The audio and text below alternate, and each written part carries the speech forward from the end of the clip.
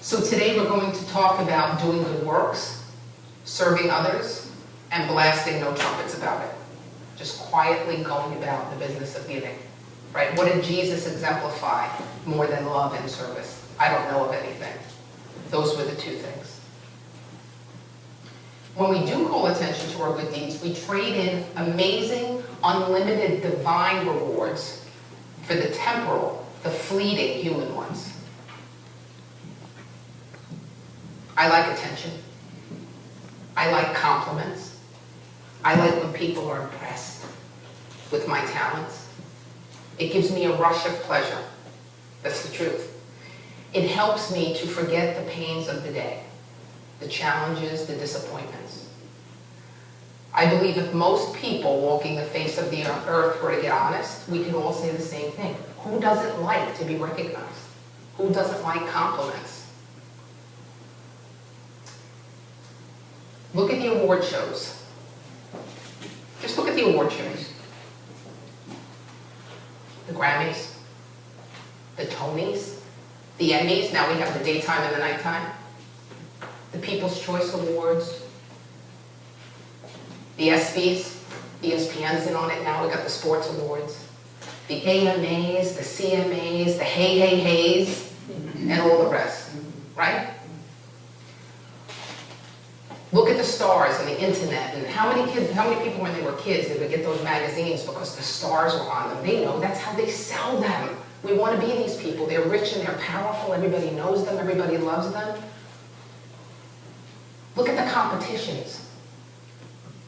Who here hasn't watched American Idol or Dancing with the Stars or So You Think You Can Dance or The Voice or The X Factor, the Super Bowl, the World Series, the Olympics? All designed to see who is the best, who flies high above everybody else, right?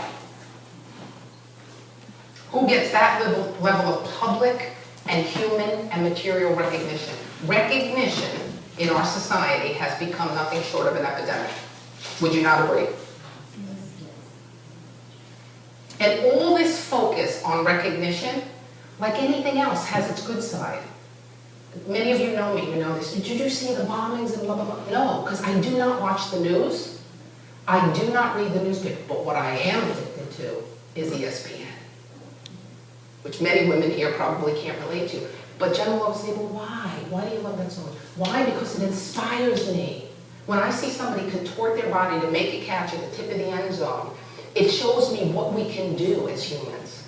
Right? How far we can stretch it. It inspires us. These things inspire us when somebody walks a tightrope. Many of you talked to me about that guy who walked it over the Grand Canyon, wherever he was. No net, you said, Claude, no net. Well, we're inspired by that, so we're onlookers. And we get wrapped into that. There's nothing wrong with that if that's how we use it. However, I've learned that the pleasure that this human recognition brings, as I said before, is fleeting. It doesn't last long, and in fact, if we look for people to keep us uplifted, we start to be at the mercy of their moods, right? So then what happens? If they're feeling love and they're filling up,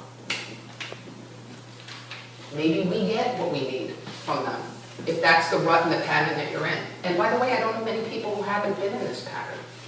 But if they're depressed or they're anxious or they're angry, then maybe we don't get what we've become accustomed to.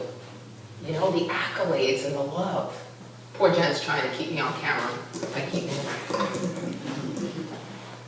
The need for praise from others becomes just another drug, doesn't it? The highs last only as long as their praise lasts, and it becomes our masters. In the Bible, it says you can't serve two masters, so we have to choose. Spirit or the human accolades. Which is it that we're going to follow? Which is more powerful and long-lasting? You didn't waste any time answering that question. And maybe then we start to up the ante. You ever hear the term people pleasers? Right? We please people. And for you people, and I know you're here, and some are very close to me, who say, I don't do that. Yeah, well, the other side of that coin is you don't even want skin in the game. You just retreat to your own little cave, your own little home. You don't want to even run the risk of the human disappointment.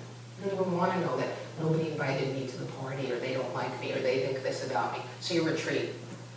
So don't think that you're safe there either, because you're not. And we've all done that. You take your marbles and you leave. Done with enough fervor over a long enough time, it becomes a habit, like anything else. And the truth, and doing the right thing, the next right thing, just because we believe it's the next right thing, is nowhere to be found. It gets trampled underfoot somehow. But if we are able to remain open and willing, we are able to grab hold of the truth principles like the ones that we learn in unity, and like the ones that Jesus is trying to exemplify and demonstrate through the entire Sermon on the Mount. If you've been here, you know that most people say that the Sermon on the Mount, all 100 verses in the book of Matthew, are some of the most powerful teachings ever, and certainly the most significant by Jesus. And we're going through it almost line by line. What a joy for us to be reminded or to learn something new about how to live our best lives. We start to, as Jesus puts it in chapter 1 of this section, verse 1, of chapter 6, we start to practice righteousness. We start to practice righteousness. One that may imply that it may not come natural to our human selves.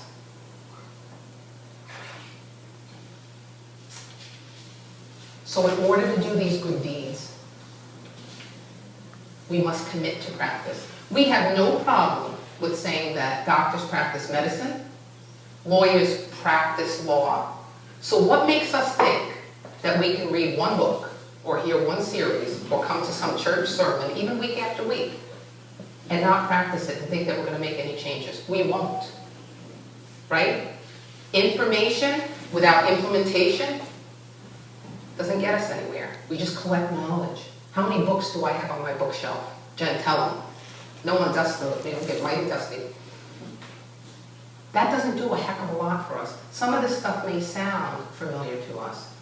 But if doctors go to school and lawyers go to school for all those years and they still say that they practice the thing, they know, they're smart enough to know that we never arrive.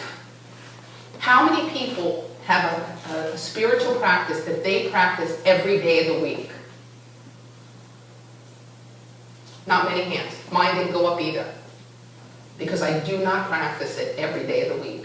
What do I know? I know when I do practice it, life goes a lot better. That's what Jesus is talking about, practice.